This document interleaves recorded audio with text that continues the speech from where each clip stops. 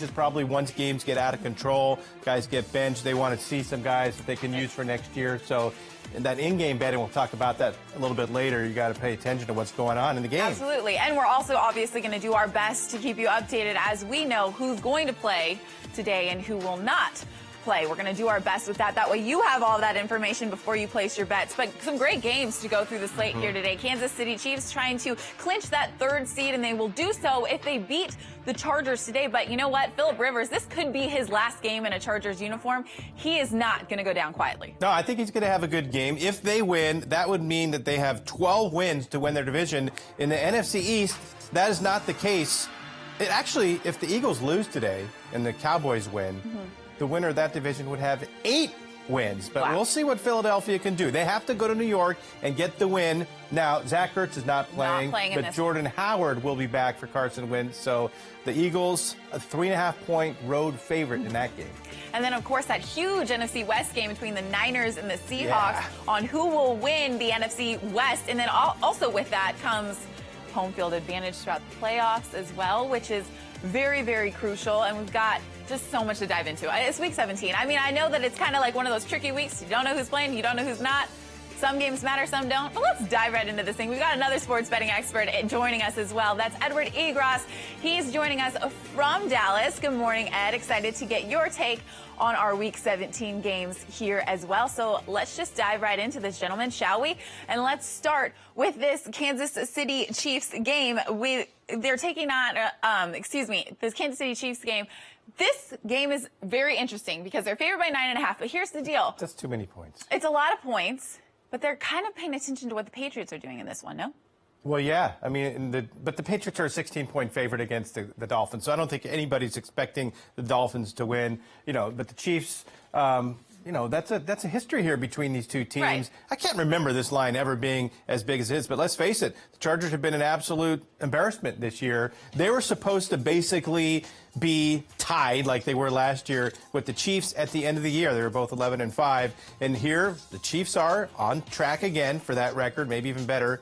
And the Chargers have 5 wins. It's not good. It's been one of the most disappointing seasons ever for a team that was absolutely gunning to be in the playoffs, but it is what it is. They have one more week to put some numbers on the board, and I think Philip Rivers and company will do that. I like them to cover. I think 9.5 is too much. We see a lot of the other games, let's say Packers and Lions, for example, divisional rivals, but one team's been no good. The other team is, on their way to the Super Bowl maybe. I just don't see this as that same situation. For whatever reason, I'm not buying the fact that the Chargers are as bad as they've been. I don't know why. Maybe I should be because the record speaks for itself, but I'm feeling Philip Rivers is going to go, toe-to-toe with Mahomes, and these are two guys that are both going to put up a lot of points. Weather-wise, it might not be so easy in December as it would be a couple months ago, but I see a high-scoring affair, and I see the Chargers matching the Chiefs. And Derwin James is back in this game as well at safety that Patrick Mahomes has to go up against. And Patrick Mahomes actually healthy off the injury report completely this week. So good news for Chiefs fans going into the playoffs, of course. Ed, what's your thoughts on this game? Is 9.5 too many? Well, certainly the Chargers are perhaps better than the record indicates, no doubt about it. But one thing that I want to bring up as far as this KC team is concerned is the pass defense. 9th best in football in terms of pass defense success rate. That's amazing given where they came from a year ago. All of the offseason moves that they made with this secondary, they have worked. It may be hard to notice these things because the offense has regressed to the mean a little bit, but that's in large part because of injury. And you've talked about it already. Pat Mahomes completely off the injury list. This offense is about as healthy as it's been all season long. Pass defense, just exceptional. They're going up against a team that, they're better than 5 wins, but they're not that much better than 5 wins. Whereas Kansas City, they are a real threat to win the whole darn thing, at least when you talk about teams outside of the first-round bye conversation. So to me, 9.5 is not that big of a spread. I think Kansas City can cover it. All right, great stuff, guys. All right, let's move on now, shall we? And let's talk Packers and let's talk Lions, because Green Bay is really looking at this game like a playoff game, because if they win this one, they're going to clinch first place and they have a first-round bye, which is crucial. Absolutely. It's at 12.5 now, though. Can they cover that? And they're rolling right now, too, defensively. I don't see the Detroit Lions putting any points on the board. They've been terrible. I can't remember the last time the Lions covered a game. I know they're 1-9 against the spread in their last 10, and I can't tell you when that one cover was. They've just been in absolute tank mode. That's the difference between what I see the Chargers still having a little bit of something to play for, and Lions are just going to get pummeled here. I see the Packers scoring early and often, and I see the Lions not getting any points throughout this game. I actually have them on shutout alert. I think the Packers are just going to meticulously pick them apart and win 34-0, somewhere in that range. I think the 12.5 points here is not by any means too much to ask for. Packers jump out early, 14-0, and then all of a sudden you're looking fantastic. Dave, I'm really excited for this part of the show because I've been waiting to talk to Ed about this game in particular, because if you go back in time earlier in the season, who was the biggest hater on the Packers and LaFleur? This guy right here. That's right. No chemistry between him and Rodgers. No What chemistry. are you talking about, Ed? We're talking about a first-round bye on the line here for the Packers. What are your thoughts here? Can they cover this 12.5-point line, though? Well, first off, look at point differential as far as the Packers are concerned. They're more of a 9-6 kind of team. He's still a hater. Instead of what the record. I still am a hater. No, they got a first-round bye. They're going to be on upset alert immediately. Just you watch. Mark my words. Mark the tape, guys. But as far as this game is concerned, I'm with Dave here. I think the Lions should be on upset alert here. But as far as this Packers offense is concerned, Aaron Jones, 5th best in broken tackles. He will be tough to take down for a Detroit offense that has done really poorly against running backs. For Detroit, completed air yards per pass attempt for David Blau is 7 yards, which is actually pretty good. The problem with him is he has a lot of turnover-worthy throws, and he takes a ton of sacks, which are absolute drive killers. Green Bay pass rush, good enough to cover Blau, and I think the Packers can cover this large spread. In fact, if you want to do an alternate spread and maybe bring it up to, say, 15.5 or 17.5, I don't think that would be a bad play here. Oh, wow. You know, you look at all these other rookie coaches this year that have not even come close to getting to 500. Right, Zach Taylor. Here's Matt LaFleur at 12-3 with the Packers. I think you just have to give him so much credit. I tried to tell Ed early on, brilliant mind, that guy. He's a great coach, great mind. All right, let's move on now. Let's move on now to the Panthers and New Orleans Saints. Now, this line is giant here, nearly 2 touchdowns, 13.5. The one thing that I'm mostly paying attention to in this game is Christian McCaffrey. A lot of records on the line that he could break, but just how well will he do? How much will they play him? Will they let him break the records? I'm not sure. It sounds like they're going to try and just feed him the ball a whole game long. But do you think they can cover a 2-touchdown spread in this game? How long do you think Saints players will be in there? I used that same logic last week when they were playing the Colts, thinking that McCaffrey's going to have this huge game. Right. And they scored 6 points. Right. You know, so he had his yards, but they scored 6 points. I've totally given up on Carolina. As a matter of fact, they were my team that is dead to me now because they were so embarrassingly bad in getting blown out by the Colts. If you're going to get blown out by the Colts, you're going to get blown out by the Saints. I just don't see them staying close with this one. But you're right. If there gets to a point in this game where the Saints really have things comfortable in the fourth quarter, up by 21-17, where they know they can't lose. Will they pull their starters just to be safe? There's a chance and a slight, backdoor cover opportunity here for the Panthers, but that's if they can get into the end zone because they weren't able to do that last week, and I don't see them being able to do that against this Saints defense either. So I'm going to say that the Saints cover this big spread. Yeah, and the total sitting at 45. Ed, what do you think about this game? I completely agree. I think the Saints should be able to roll in this one. When we talk about Christian McCaffrey's records, he's just 67 receiving yards away from being 1,000 in receiving and 1,000 in rushing, which is absolutely absurd. I think he'd only be the 3rd player in NFL history to accomplish this mark. So I think in-game betting is going to be huge here because it may be something where once Christian McCaffrey gets these milestones, and I suspect he will at some point, it may take him some time, but once he makes those milestones, then I believe Carolina is going to back off a little bit. Also keep in mind there is a little bit of rain in the forecast, and the Saints, they understand the importance of a first-round bye, no doubt about it, but they also don't want to put a bunch of things on film that could be used against them come playoff time. And so I would not be surprised if New Orleans uses a vanilla approach in a game like this. I would not be surprised if Carolina calls off the dogs at some point. Not to mention Will Grier needs to be developing a little bit more. Just watch the game last week and you know what I'm talking about. So, yes, I do believe the Saints can cover here, but I think the bigger play here is the under. I don't think the Saints are going to do so much to basically blow out Carolina. They can cover the spread, but I would not be surprised if, say, this is, say, a 26-3 kind of a ballgame. Possibly low-scoring game. You agreed with that, right? You would I go do. Under the total. Yeah, because I think the Panthers aren't going to contribute to the total at all. Right. Okay. Well, let's move on now to Jets and the Buffalo Bills, because entering Week 17, the Bills really have nothing to play for. They're at number 5. Whether they win or lose, they're staying at number 5, right? And this spread is pretty small at 1.5. I would guess that's because you're just not sure how long Josh Allen is going to be in there, but he did say he was going to start him. He expects him to play. They want to keep their execution sharp. I just don't know how long in this game they'll continue that. You don't want to risk anybody getting injured when you don't have to, when the game means literally absolutely nothing. And look, the Jets have been very good in the second half compared to as bad as they were in the first half. I was able to witness that game firsthand last week.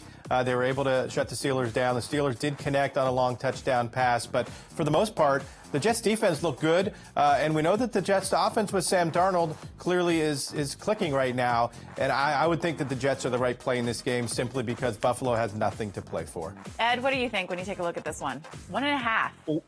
Well, yeah, it's a small spread. It's interesting, but one of the things that I would like to bring up here is, and this was something that the Cowboys did a year ago when they had a Week 17 meaningless game against the Giants. Dak Prescott played from start to finish, even though a lot of people were concerned, well, he might get injured, he might get hurt, something might happen to him. But you want to make sure that you're still clicking offensively. And so I would understand if Josh Allen plays a large chunk, if not the entire contest. More coaches are willing to do that because quarterbacks are protected far more now than ever before. My question, though, is because there's rain in the forecast, and it may be the rainiest of all the games that we're going to see this Week 17, if that may play a role in terms of how much Josh Allen might play, might not play. Also, Buffalo 4-0 in the preseason. Meaningless games might be meaningful to them, but we may see a little bit of Matt Barkley, journeyman who didn't do much in his lone appearance against the Patriots. Still, I think the franchise philosophy here overall, assuming the rain doesn't mean too much to them, that this is still something where they want to be clicking. They want to take care of the football. They want to make sure that their game plan is still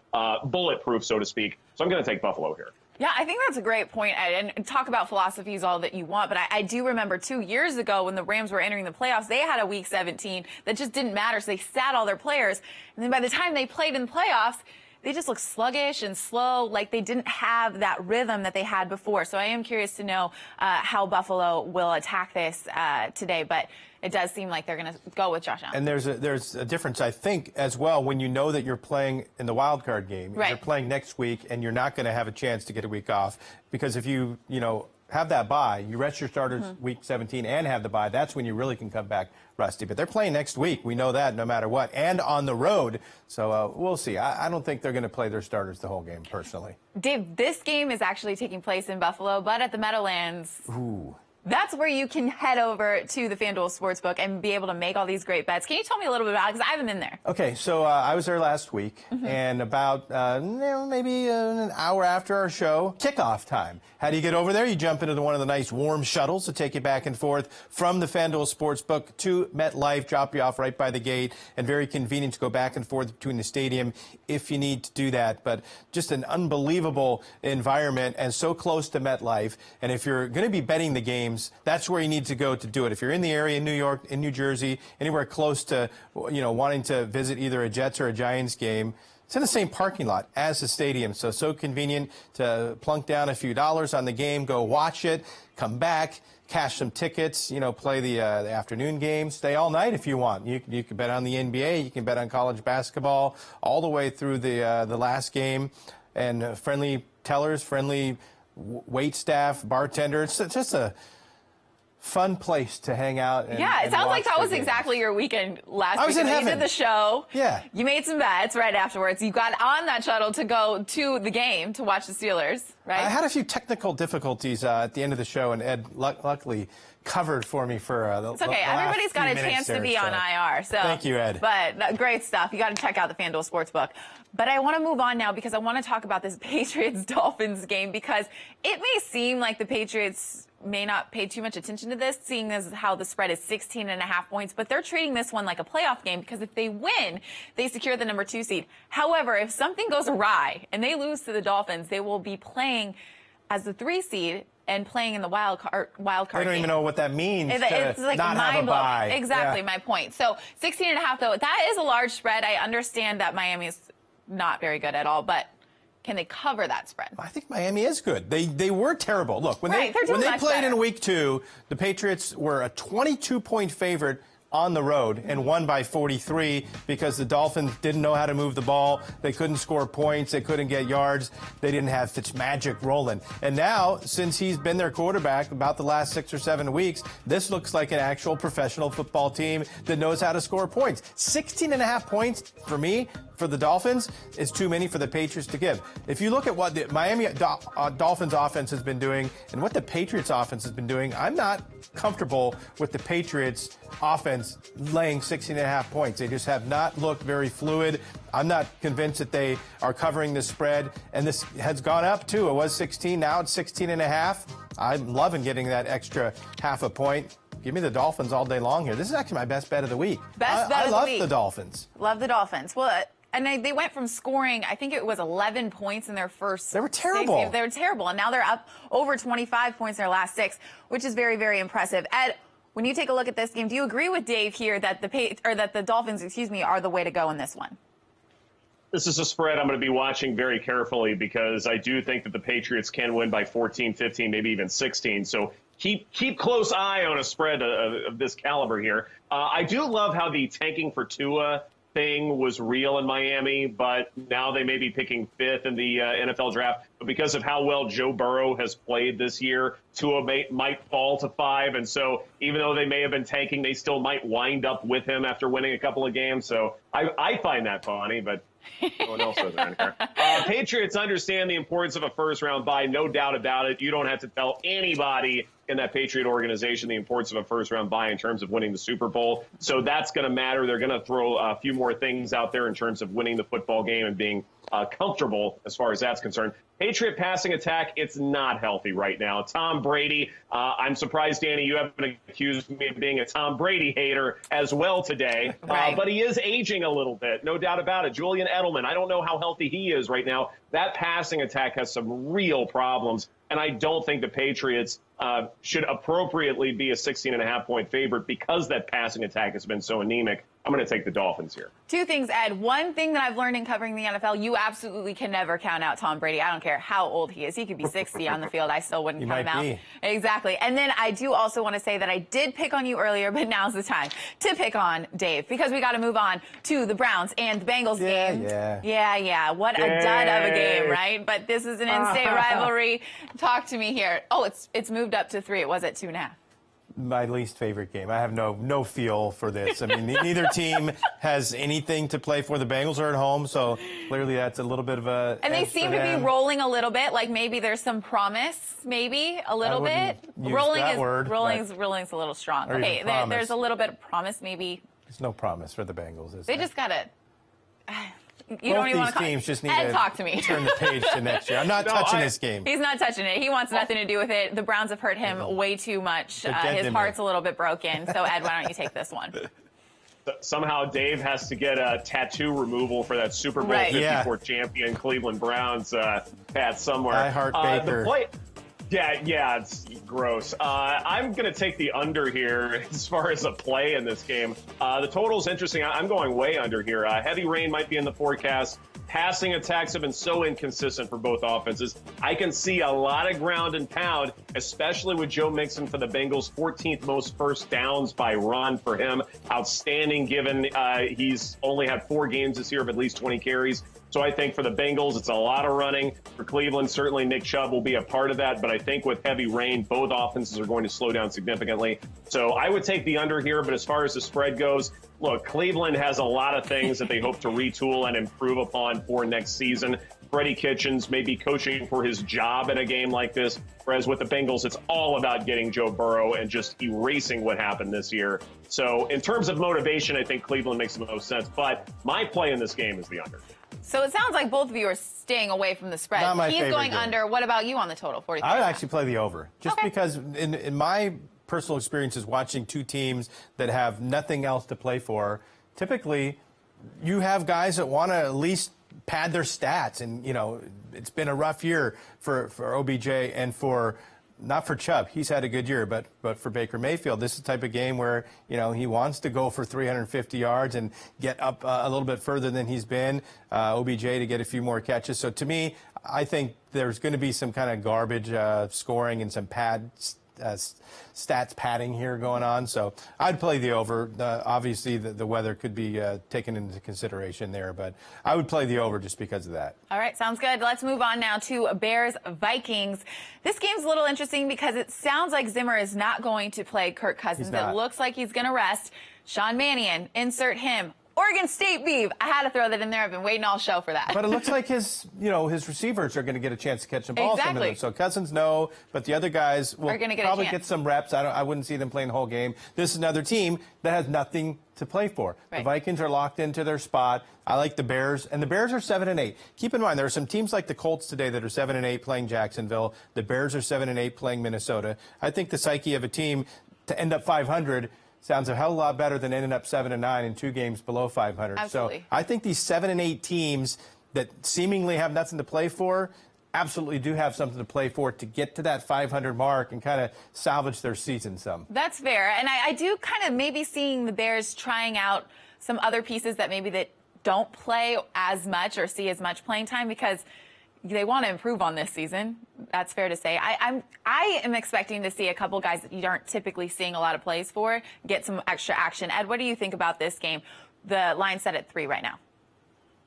Line set at 3, Kirk Cousins not playing. Infrastructure certainly had him at the top of most advanced quarterback metric leaderboards, and so certainly that's good for him. I really do question, if you don't mind me opining here, I do question the move by not having Kirk Cousins play. Had a terrible performance on Monday night against the Packers, and it's very possible that the Vikings and Packers may have to play each other again in the playoffs. And so you go from having a poor performance to rest and then going into the playoffs. I'm not a big believer in momentum in general, but I would like to think that I'd want my starting quarterback to click a little bit better before going into the playoffs instead of following a poor performance with rest. But that's their decision. Maybe they know something I don't. But still, though, with Sean Mannion, yeah, he is going into a good infrastructure, but Chicago has allowed backup quarterbacks to perform at an average level. Just look at the Thanksgiving game, for instance. This may be a performance where I don't know how many looks he's going to get from a game like this, but he may actually perform at an average level. And so because of that, I'm going to take the Vikings. All right, I do want to zero in on the total here because it is the lowest total of the week. It opened at 41.5. Yeah, it's at 35.5. Wow was right. Do you think over or under there? Whew. Trubisky is probably playing for his future in this franchise today, possibly. I think he's secured that. You think he's secured there, huh? His last few weeks, he came back, he had that hip problem. He's looked a lot more mobile. He's won some of these last second I like the half of the optimism. game, half of the season games. I don't think he has a problem getting his starting job back next year, win or lose. This game is not going to decide that to me. But I just think this game is going to be kind of a low, grinded out type of game with the Bears winning 17-6. I'll give the Vikings 2 field goals. So you're going under. I'm going to go under, yeah. Ed, are you going to go under this lowest total of the week? Absolutely, I'm going under here. I'm still following my rules that a Bears game means an automatic under. Last week against the Chiefs, who played amazingly well, that game hit the under. Bears 28th in run success rate, and that's brutal given the play of Mitch Trubisky. I think the under is the way to go. All right, let's take a look at this Bucs, Tampa Bay Bucs and Atlanta Falcons game here. It's a small line here at just 1 point, favored by the Bucs here. What are your thoughts, Dave? This is another one of those 7-8 teams, the Buccaneers, looking to get to 500 and 8-8. They're home. I don't know. They're just so banged up, though, offensively that it's hard to really rely on them getting enough points to keep up with Matt Ryan and the Atlanta Falcons. I think that the Tampa Bay is the side. If I was going to bet this game, I'm going to ultimately pass on this game, but I would lean Bucs just because I think they do want to get that 500 record. All right, Ed, what are your thoughts on this one? I love the Buccaneers in this game. I am wholeheartedly embracing this contest. Jameis Winston has a lot of reason to play well. He's looking for a new contract. Receiver Brashad Perryman also looking for a big contract. He's someone who's come on strong with the absence of other star receivers for this Buccaneer offense. Yes, there are flaws with both of their games, but in the right situation, the chunk plays are going to be there. The turnovers will not be. Jameis Winston going up against a 31st ranked pass defense in terms of success rate. Atlanta may already be looking ahead, given that they know they're going to keep their head coach and general manager. So this may be all about game planning for the future, whereas with Tampa Bay, this is all about individual players making sure that they are doing the right things to be there and have futures in the National Football League. I love the Buccaneers. Does this line seem somewhat of kind of like a trap, Ed? I mean, why isn't Tampa favored by 3 or 4? Why is it only 1? That's kind of confusing. Well, I think part of it is I think Tampa Bay still doesn't get a whole lot of respect because of the injuries offensively, and I understand that. And Atlanta has shown real spurts, and I wonder how many people are still thinking about that Falcons win over the Saints and thinking, well, occasionally the Falcons can play some great defense, and then also look at the previous meeting. And Jameis Winston does have a lot of turnover-worthy throws, no doubt about it, but he still does move the ball down the field at a relatively decent clip. I think also, too, when you look at the overall record for Tampa Bay, I think a lot of people were thinking they would be like a 5, 6, 7 win kind of team. I have them a little bit higher than that. Obviously, they're not winning the division like I thought they had a real chance to. But at 8-8, I think that's appropriate. And some people may be thinking, okay, well, they're a little bit streaky, regression to the mean supposed to hit. But I think given this particular matchup, Jameis Winston should be able to shine and prove to not just the Buccaneers, but to other teams that he is a capable NFL quarterback, and he can limit those interceptions in the right situation. Quickly, I do want, once again, to zero in on the total because opposite of the last game that we talked about, this is the highest total of the week. Very interesting here. What do you think? I've lost on the Bucs going over, I think, 3 straight weeks after it seemed like they always would go over. Last week, they had 34 points at halftime against Houston, and they got 3 field goals in the second half and ended up with 43 points. That was just terrible. So I've kind of vowed not to play the over on the Bucs anymore, but I still think that this game is going to go over. So I'm going to fall for it one more time. I like the over. It seems like Ed and I have agreed on everything. It was very interesting because you so just made today. An argument so much to say that you were going to go under, and then you I know. over anyway. We're in the same ensemble. Yeah. Are you guys pretty playing close to it twinsies? anyways. Halloween was a couple And we've guessed every game, ago. The same. Very similar, except you had some disagreements on total. So maybe this is where that will stand. Ed, would you go over here?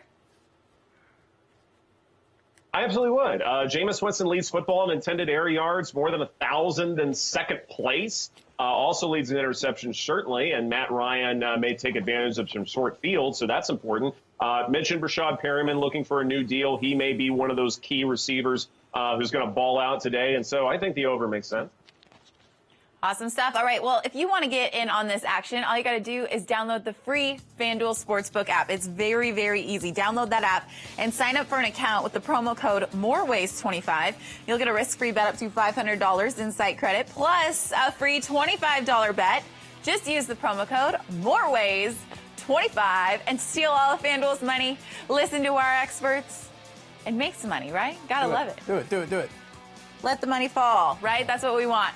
All right, we've got the afternoon games coming up. Make sure you stay with us. We'll be back in a couple minutes.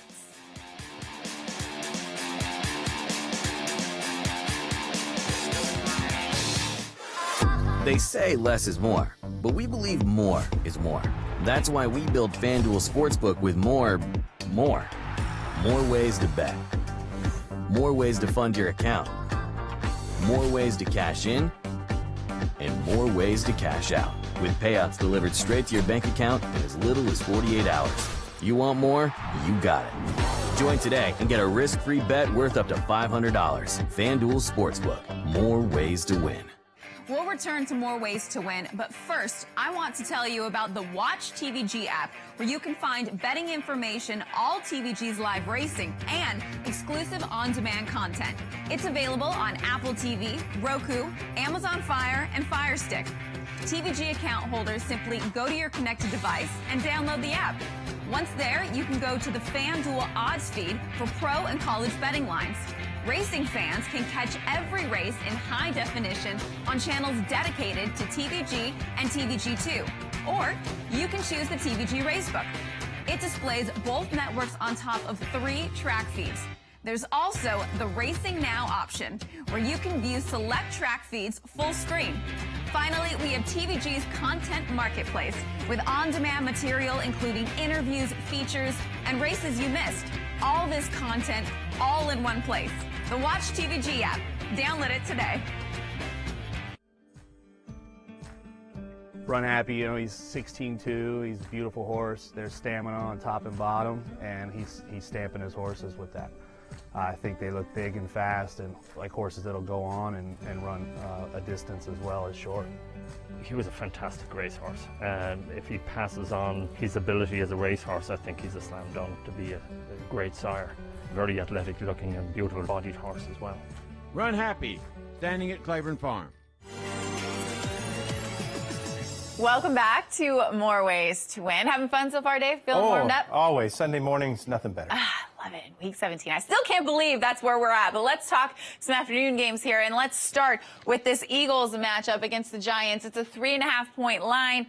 Eagles need this to make it into the playoffs if they win or if Dallas loses, but we'll get to that in a second. Crucial game here. What are your thoughts? Well, sometimes, people think they need to win, they have to win, they're going to win. Sometimes when you have to win, the pressure gets to you, and you don't. I think this could be one of those situations where the Eagles aren't very good to begin with, and now it's a must-win situation at the Giants, which is not an easy spot for them to have to go, can lose this game outright. I actually think that the Giants are a good money line bet here. I just, no Zach Ertz today. The Eagles do get Jordan Howard back, which is going to help. Miles Sanders has been huge in his absence anyways and has kind of taken over that starting running back role regardless. But I think the Giants are playing well enough offensively to outscore the Eagles in this game and win. So give me the Giants. That's pretty bold. I'm going to go with that's a pretty bold prediction there. I know that the Eagles are banged up, Ed, but do you agree or disagree here with Dave? If Dave and I have one thing in common, it's that we are bold individuals, and apparently we dress the same way. So there you go. No, I think the Giants' money line makes perfect sense here. Eagles without Zach Ertz. He leads the team in target share. They've been so banged up at wide receiver. Last week against the Cowboys, they resorted to Greg Ward Jr., who was cut by the Eagles the last 3 years, and then he comes in and performs reasonably well because that's all the Eagles can do right now. More than 80% of the Eagles' target share is not playing Sunday. Jordan Howard, Miles Sanders may be the prime targets for Philadelphia. And when your prime targets are running backs, that is a really, really bad sign for the offense. Whereas with the playmakers, the skill position guys for the Giants, I trust them. I think they're overall pretty solid. New York may also have some motivation to keep Pat Shurmur around. I think the Giants' money line makes a lot of sense. I definitely love the Giants as far as the spread's concerned. Wow, interesting. As far as spread's concerned, but for just kicks and giggles, let's say, who do you think wins it? I think the Eagles will probably still pull it off, probably win by a field goal, but boy, it is awfully close. I think, boy. Well, the Eagles are going to. Money line. Plus 166 makes a lot of sense, but I mean, for some reason, the Eagles find ways to pull it off. The last matchup was just a couple weeks ago. They'll find some way to figure it out, I think. But at plus 166, I think that's probably where my money's going. Well, Ed, guess what? I think the Eagles are going to be cheering on the Redskins because they take on the Cowboys in Dallas. And they could play spoiler here. The line is at 12.5, though. And, Ed, since you live in Dallas, I'm going to come to you first on this one, coming right back at you. Can the Cowboys cover this?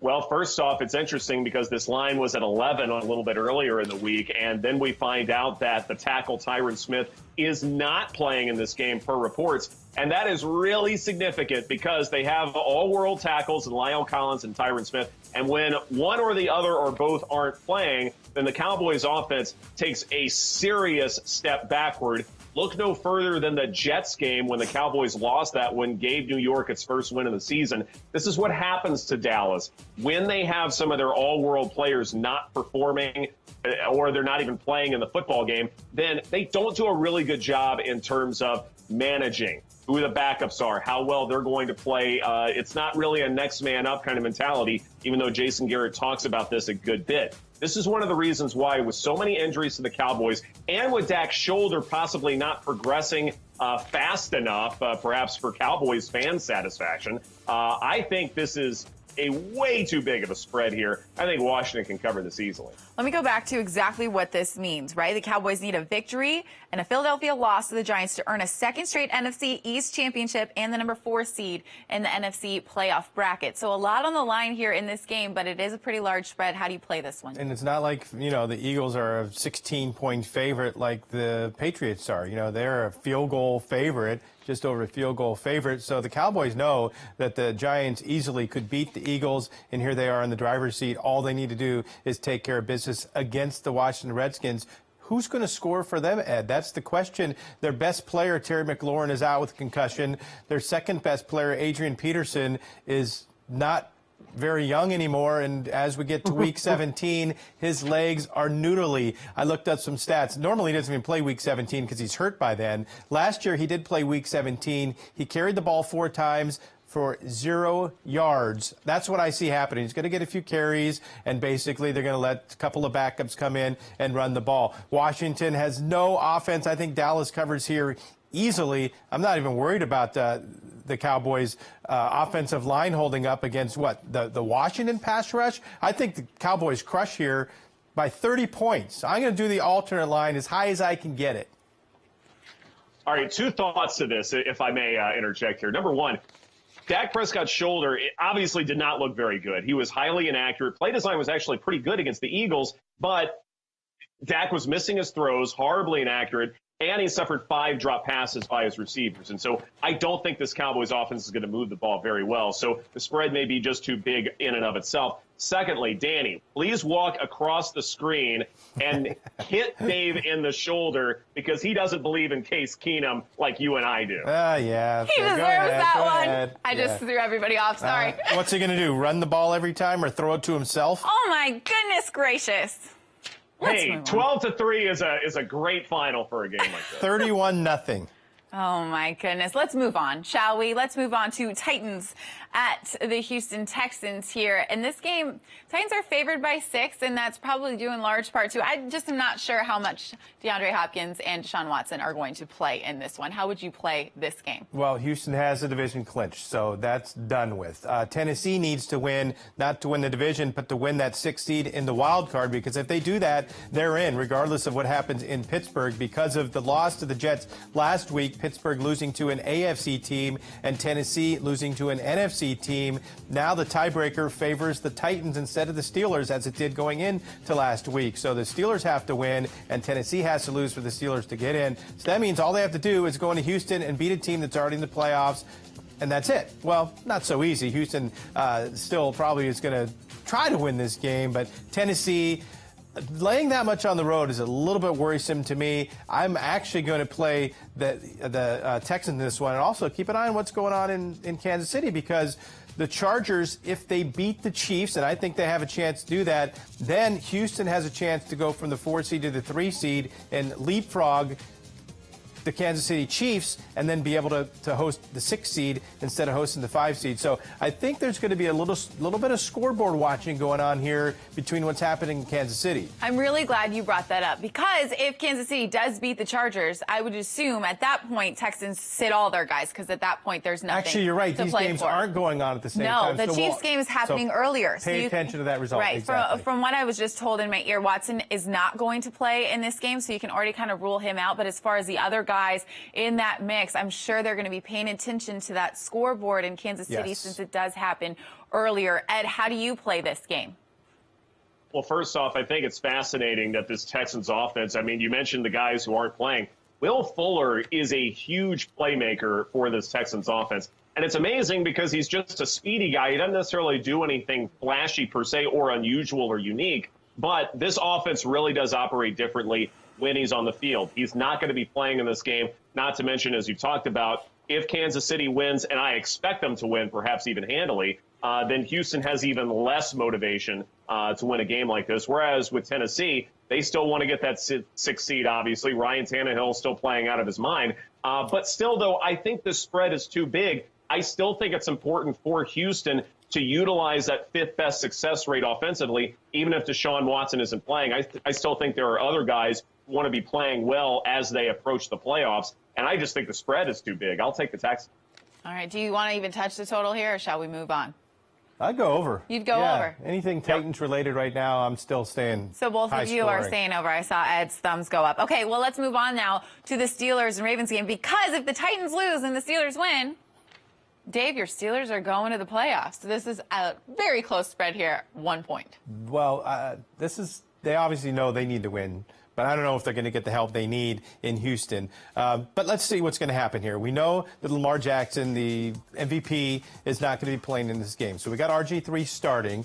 And then we got Trace McSorley, the rookie out of Penn State, that will be getting some snaps. At what point will he come in? We'll have to keep an eye on that. And that's why this is the one game, as far as in-game wagering is concerned, that I'm most intrigued to play, because I don't think McSorley is going to really have much success once he does come in for RG3. And that's the point where I want to bet the Steelers in-game. And you can do that with the FanDuel Sportsbook app. As the game progresses, there's always going to be a line. Regardless of what the score is, it's going to adjust based on what's happening. But I think as soon as you know RG3 is coming out, McSorley is coming in, that's the time to press the button and bet the Steelers. Ultimately, the Steelers' defense is probably what is going to win this game. Even, with Duck Hodges, is he better than RG3 or Trace McSorley? Maybe not. Threw 2 picks in the first quarter last week, but the Steelers' defense should be able to beat these Baltimore reserves. Yeah, good point there, Dave, in that the Ravens are going to be benching their main players in this one. Ed, when you take a look, this one close line, is in-game betting something that you're going to be focusing on this one? Absolutely. I think Dave hit the nail on the head. I think first quarter betting is going to be important, because I really do like Robert Griffin III when it comes to the infrastructure of this offense. His total QBR this season, and he's played a good bit this year because the Ravens have gotten out to some huge leads in 2019, but his total QBR this season is 69. And if you compare that number to qualifying quarterbacks in football, he'd be 6th best in terms of total QBR. Also, with Devlin Hodges, if he limits turnover-worthy throws, he could very well keep Pittsburgh in the hunt here. And so once Robert Griffin III leaves this game, once Trace McSorley comes in, I think the Steelers can definitely take over. It's why I'm taking them for the spread overall. But I do expect Pittsburgh to have a nice second half, in large part because of the defense, and Devlin Hodges may utilize James Washington a little bit more. He's someone who had a really slow start to the year and then sort of came on strong late because he does have that connection with Devlin Hodges. Washington did not have that with Mason Rudolph. And, of course, Ben Roethlisberger didn't play very much to establish that in the first place. Right. Okay, well, let's move on now to the Colts and the Jaguars game. This one is at 6 right here, favored for the Colts, and I'm sure that's due in large part. Leonard Fournette is not going to play in this game. Gardner Minshew is experiencing some soreness in his shoulder. It may be Nick Foles' show today. We'll see what goes on kind of more towards game time. But, Dave, do you think that the Colts can cover this line? I think the Colts are going to destroy the Jags. Destroy them. Like they did the last time they played, when I made Jacksonville my best bet in Nick Foles' first game back. And that was basically the start of a long losing streak for Jacksonville. They never rebounded from what happened after the Colts blew them out in Indianapolis. And they've just been an absolute downward spiral since then. Defensively, they can stop nobody. I think the Colts are going to be able to run the ball all day long on them, open up a big lead, and Jacksonville's never going to recover. So I think the Colts win easily. How big of a lead? Total's at 41.5. Somewhere in that range, 34-7 seems about right. That's a pretty accurate total. All right, Ed, what are your thoughts here on this game? First of all, can the Colts cover, and then maybe touch the total there for us? Certainly. Well, I think Jacksonville having to come out and saying the reports that Doug Marrone will be fired are inaccurate, I think that's hilarious. I don't know how much of a distraction that's going to cause in the locker room, or if it motivates Jacksonville at all. But the fact that that's even getting addressed, I think, is interesting as far as what they're actually doing in terms of an approach for this Week 17 game. Frank Reich has the coaching advantage here. He's also had his offensive line completely intact, despite all of the injuries and all of the defections that have gone on with this Indy offense. At least the offensive line has remained intact. At the same time, I'm not sure by running the football you're going to be able to score that many points. I know Jacksonville's run defense in terms of success rate hasn't been great, but Indianapolis, even as they run the football, they're not scoring just a ton of points. So I just think the spread is a little bit big in a game like this. I think Jacksonville can cover it, but I would not recommend the money line here. I think Indy can still win the game. All right, great stuff. Let's move on now to the Raiders and the Broncos, because the Broncos could spoil the very, very slim chance that the Raiders still have in making the playoffs. Broncos are favored by 3.5 in this one. Ed, I heard you chuckle, so I'm going to go to you first. What are your thoughts? Why do I have to take this one first? Of course, yeah, because I pipe up and become the squeaky wheel. Be animated, and that's what happens. Yeah, exactly. Well, I think these are two franchises that seem to be going in different directions as far as the future is concerned. Derek Carr may not be the future in Oakland. Not exactly sure yet, even though he has a really high completion percentage. He is throwing underneath a good bit. But Drew Lock is definitely going to be the future for the Denver Broncos. This is a young man who I think can be a really solid quarterback in the NFL. Also, keep in mind with the altitude in Denver, that may be a slight advantage. Oakland may be doing a lot more look ahead here in terms of figuring out who the personnel is going to be next year. Whereas with Denver, I think there's more reason to win a football game like this, get guys' confidence up, develop a little bit more offensively. Cortland Sutton, I think, could have a monster performance in a game like this. So I like Denver. I mean, Denver would improve to 4-1 in their past 5 games if they can get this one done. Dave, what are your thoughts on this line? Yeah, initially all their wins were coming by defense if they're going to win, and now they're actually showing some offense since Drew Lock has come along. And you pointed out Sutton's been just amazing this year and needs to have one more big game. But this is a later afternoon game. The implications of what happens earlier are what is going to affect Oakland's chances of making the playoffs. 2 games that are key factors, the Tennessee game against Houston and the Pittsburgh game against Baltimore. And both of those games are going to be over by the time this one happens. So the Raiders are going to know at this point if they at least are alive or not for the playoffs. Well, it's so nice that you just set it up that way. Right? Well, I'm glad that you set it up that way, because now if you guys weren't having fun already, we're going to have some more fun here. I'm going to throw another prop at you. How about this? Oh, we haven't talked prop yet, so this is a good one. Okay. Will they actually make the playoffs? So here's how it happens. We got a graphic for you to break it down for you. Raiders to make the playoffs, yes, plus 1360, no, minus 5,000.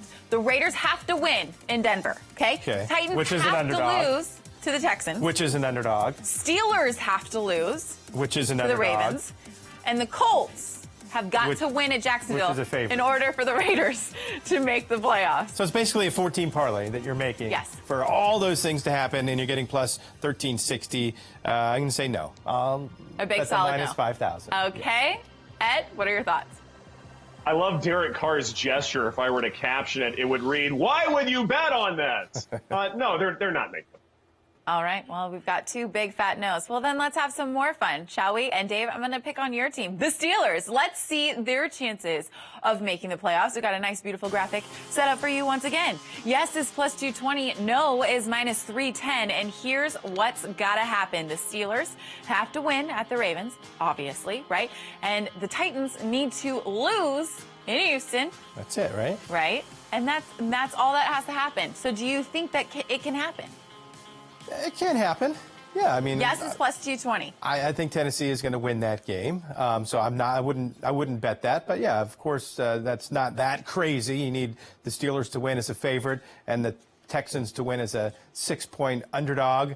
Odds are okay there, but I'm not going to bet that, because I think both Tennessee and Pittsburgh both are going to win, and that means Tennessee gets that 6th seed. Okay, Ed, what are your thoughts? Yeah, it's something where I think the chances of the Steelers making the playoffs are less than 50%. But when you look at the payout as far as the yes is concerned, I think it's better than the probability of the Steelers making the, or vice versa, rather. The probability of the Steelers making the playoffs, I think, is better than the probability of the payout, if this makes sense. And so I like the extra juice here. I think I would pull the trigger here. It's just that I don't think it's going to happen in terms of, will it be around that 50% threshold? Okay, well, that was fun, guys. Didn't you enjoy that? If you want a chance to make that bet, or any of the other ones that we've been talking about so far on this show, just download the FanDuel Sportsbook app. It's free to do it.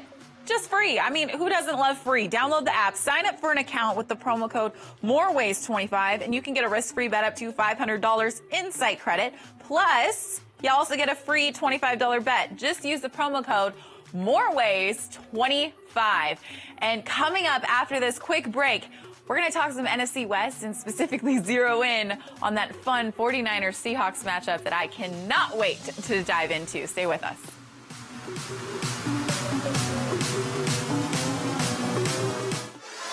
They say less is more, but we believe more is more. That's why we built FanDuel Sportsbook with more ways to bet, more ways to fund your account, more ways to cash in, and more ways to cash out, with payouts delivered straight to your bank account in as little as 48 hours. You want more? You got it. Join today and get a risk-free bet worth up to $500. FanDuel Sportsbook. More ways to win.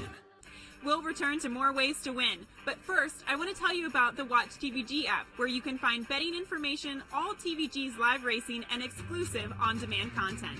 It's available on Apple TV, Roku, Amazon Fire, and Fire Stick. TVG account holders simply go to your connected device and download the app. Once there, you can go to the FanDuel odds feed for pro and college betting lines. Racing fans can catch every race in high definition on channels dedicated to TVG and TVG2, or you can choose the TVG Racebook. It displays both networks on top of 3 track feeds. There's also the Racing Now option, where you can view select track feeds full screen. Finally, we have TVG's content marketplace with on-demand material including interviews, features, and races you miss. All this great content all in one place, the Watch TVG app. Download it today.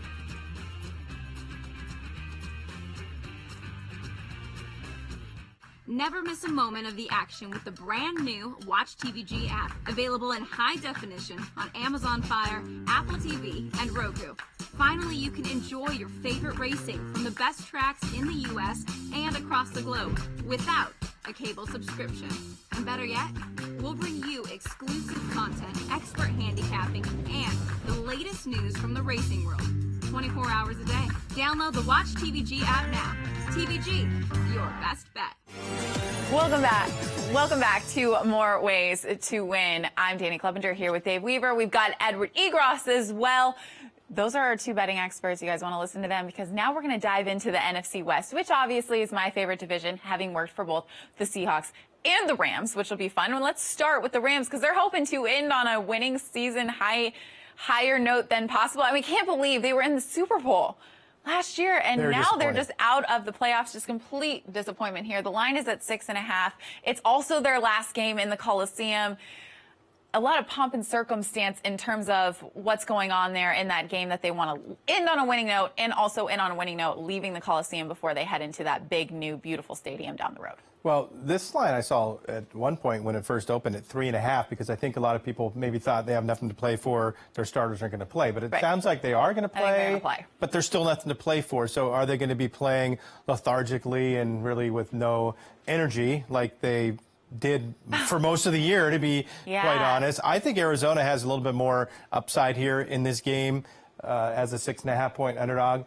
I like the Cardinals in this spot, but the Rams, to me, just a very disappointing season. It's so disappointing. And this game kind of a little bit flat. I mean, yes, it's the last game in the Coliseum. I'm trying to generate that's the only thing that you can really talk about with this game. But I used that angle for the Raiders up in Oakland, and they lost. Exactly. So to me, that means nothing. It's not like they're leaving L.A. They're just going to a nice, better stadium. They probably can't wait to get out of the Coliseum, to be quite honest. Well, how about the fact it could possibly be Todd Gurley's maybe last game as a Ram, considering all these definitely little – that's all rumors as it is. But, I mean, I'm just saying, the team may not look exactly like it does next year, and obviously in a new place. But, Ed, what are your thoughts here? Can they cover 6.5 points against the Arizona Cardinals, or is the Rams just kind of duds at this point?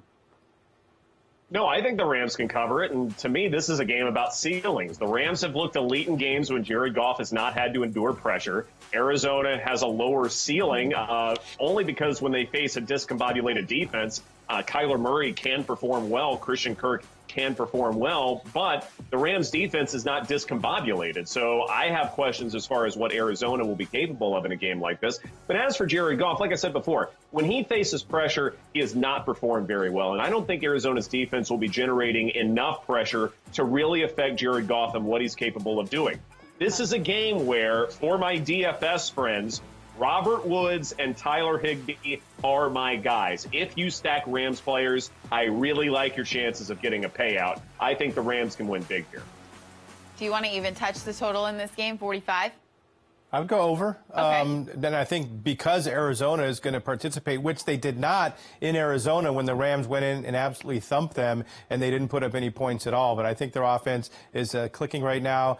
Drake's obviously been on quite a roll there out of the backfield. So I think Arizona will contribute to this total and going over. Ed, what are your thoughts on this total?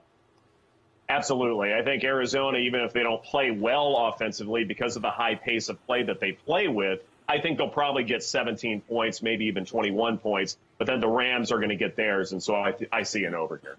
Dun, dun, dun, dun. We finally made it to Sunday Night Football, guys. NFC West matchup here between Seattle Seahawks and the San Francisco 49ers. The line here is at 3 in favor of the Niners. Here, let me break it down for you. Niners win. They clinch the NFC West title, #1 overall conference seed, and home field advantage throughout the playoffs. Seattle, if they win, they clinch the NFC West title and have at least one home playoff game. Tons and tons and tons on the line here. We got a great Sunday night showdown.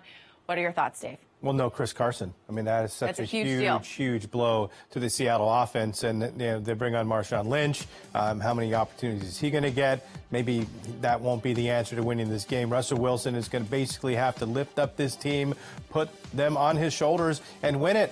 And guess what? He's capable of doing that. I go back to the win in San Francisco that really gives Seattle this opportunity to even be in this position, having already beat San Francisco once. Can they do it again at home? Remember, that game went to overtime. San Francisco had an early lead. Seattle bounced back, and then looked like San Francisco was going to win right before overtime, and their new kicker got the yips and missed it, and then Seattle ultimately ends up winning. That game was awesome. This game is going to be awesome as well. So it's going to be a back-and-forth type of game, I would imagine. It's going to be coming down to what exactly the line is, a field goal. Very tricky one. I'm willing to lean on the home team here and take Seattle to beat San Francisco at home. So I'm instead of taking the 3, I'd play them on the money line.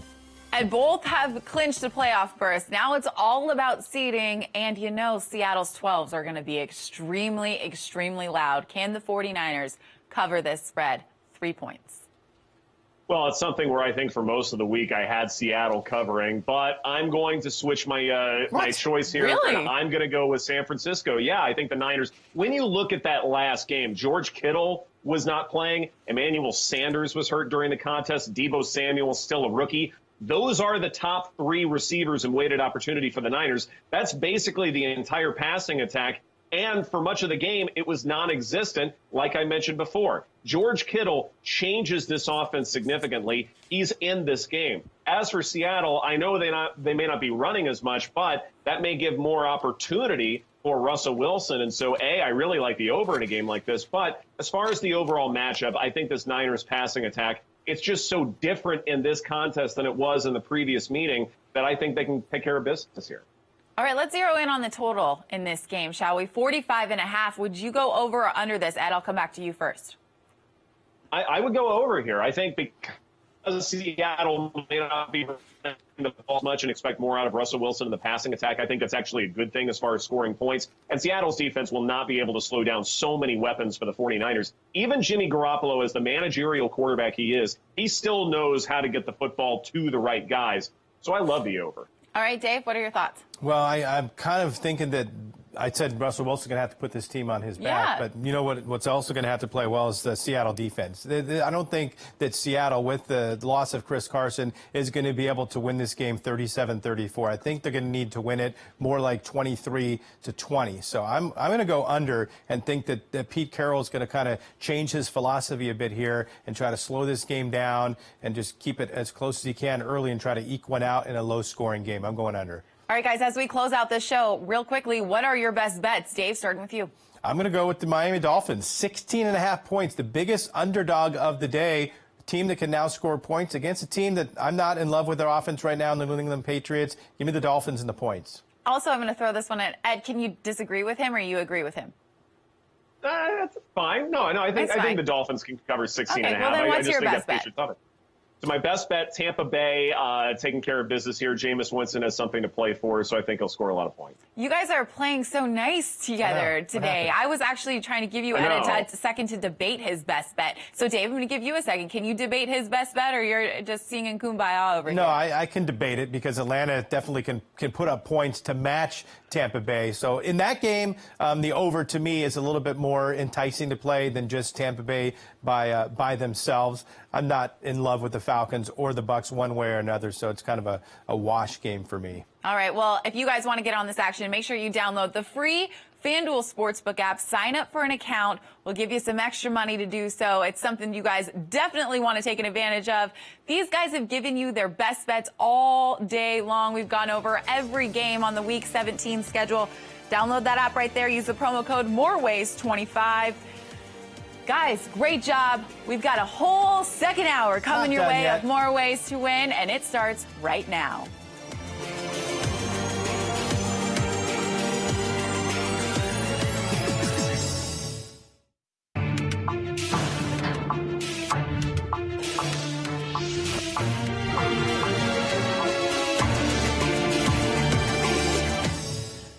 Welcome to More Ways to Win, FanDuel sports betting show that we give you all the advice you need so that you can take all of FanDuel's money. Right, Dave? Oh, yeah. That's the thing to do. It's Week 17. I can't believe we're already here.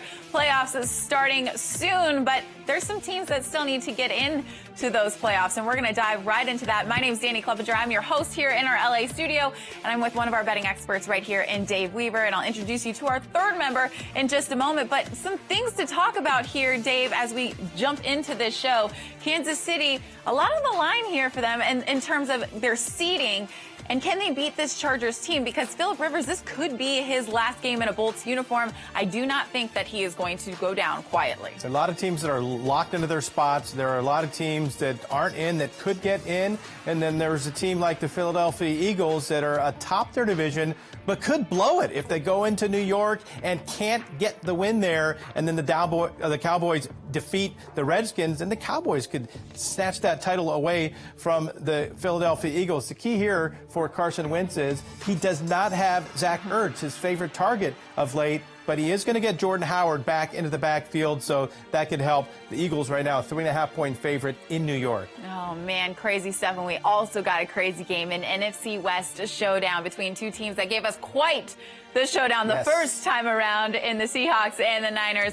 This one, they've already clinched playoff berths. It's now all about seeding and who will get that #1 seed in the NFC West. We've got so much to dive into. And here's another guy that's going to be helping us break down these games, in Edward Egros. Ed, thanks so much for joining us once again. He is live in Dallas, and he is one of our sports betting experts. So between Ed and Dave, they're going to give you all the information and inside, thought processes and trends to make your best bet. So let's have some fun, guys, shall we? And let's start with this Kansas City game against the Chargers. This line here is at 9.5, which is pretty big, but Kansas City kind of treating this as a playoff game. They want to make sure that they clinch this spot because something could go awry in New England. Probably won't.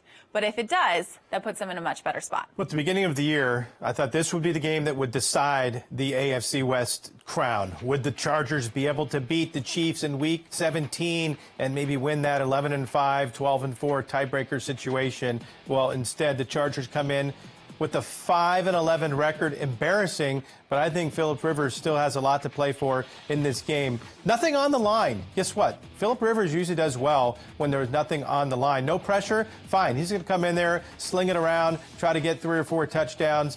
There are only 5 times that I researched where I was able to find Phillip Rivers as an underdog at this many points, 9.5 or higher. He's covered 4 of those 5 games. So to me, giving 9.5 to Phillip Rivers is too many points. I like the Chargers. You like the Chargers. Ed, what are your thoughts here on this game? I hope you guys noticed the Freudian slip that Dave committed there. The Chargers are 5-10, not 5-11. 5-10, but they will be 5-11 after this contest, in large part because I think the Chiefs are going to win handily here. This Kansas City defense needs to be taken a lot more seriously now than over the last few years.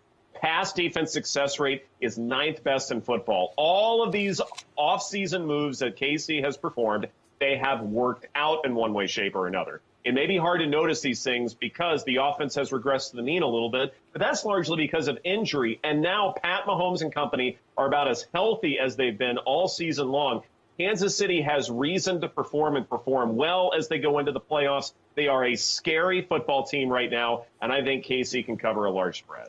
What's so fun about Week 17 is really breaking down all of the scenarios that could happen to really understand the seeding of all these teams. So here, let me break it down for you for this Chiefs in particular. If they win and the Patriots lose to the Dolphins, they become the 2nd seed. If they lose and the Texans beat the Titans, the Chiefs will fall all the way down to the 4th seed. So that is why they are treating this game much like a playoff game, but so are the New England Patriots, and they are taking on the Dolphins. And this is a very, very large spread here at 16.5. And Dave, you call this one your best bet of the day. Yeah, because I don't think the Patriots offense is reliable enough right now to cover 16.5 points. I think they score 21, 24, 27 points. The Dolphins need to get 10 points to cover this game, or maybe 14. The Dolphins have been scoring in the 20s and the 30s of late. I think they're going to be able to match points in this game, unlike what we saw in week number 2, where New England beat Miami 43-0. If people are playing New England because they think that that result is going to be duplicated, I don't see that happening. That was back in week 2 when the Dolphins looked like a high school team. Now they actually look like a professional football team. Offensively, they can score. Yeah, defensively, they still are not fantastic. But with the woes of the offense of the New England Patriots, 16.5 points is a ton. Too many for me. So you don't like the spread, but the Patriots do have Patriots to are win win. this I one. mean, I can't see the Dolphins win. Yeah, they have to win. If they lose, they have to play in the wild card weekend as the 3 spot. So, Ed, when you take a look at this one, do you agree with Dave that this spread is just way too big for a Miami team that seemed to be trending upward? I agree. I think Miami can cover 16.5 in large part because I think this Patriot offense is a little bit anemic. And I understand Tom Brady's the greatest of all time and all that stuff, but look at his receiving core right now. Julian Edelman seems to be banged up, and there's really no one else reliable. There's no Rob Gronkowski on this offense to keep things moving.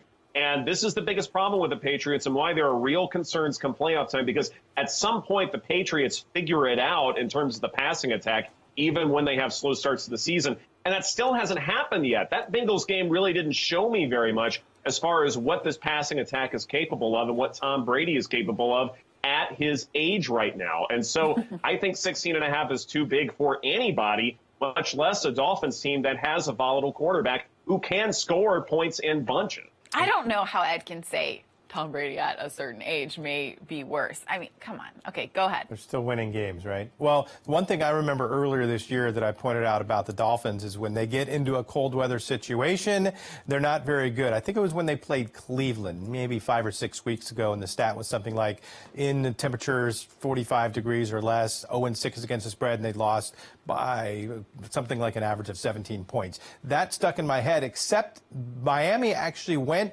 to New York in a cold weather situation and beat the Giants 2 or 3 weeks ago. So they kind of broke that trend of being a team that cannot perform in cold weather. And because they did that, I'm able to kind of forget my stat from earlier this year and think that they can actually play pretty good in temperatures that are supposed to be about 40, 41 degrees at kickoff. All right, I want to move on now to another game that it's one of those scenarios that, you know, wins and losses really do mean something, and that's the Titans-Texans game. The Titans are favored by 6. But here's the deal. That Chiefs game happens before this game does. So Deshaun Watson's already going to be sitting out for the Texans. But if they find out that the Chiefs lose to the Chargers, then they're going to have to play to win because it plays into their seeding a little bit. But as of right now, Watson is not playing in this game.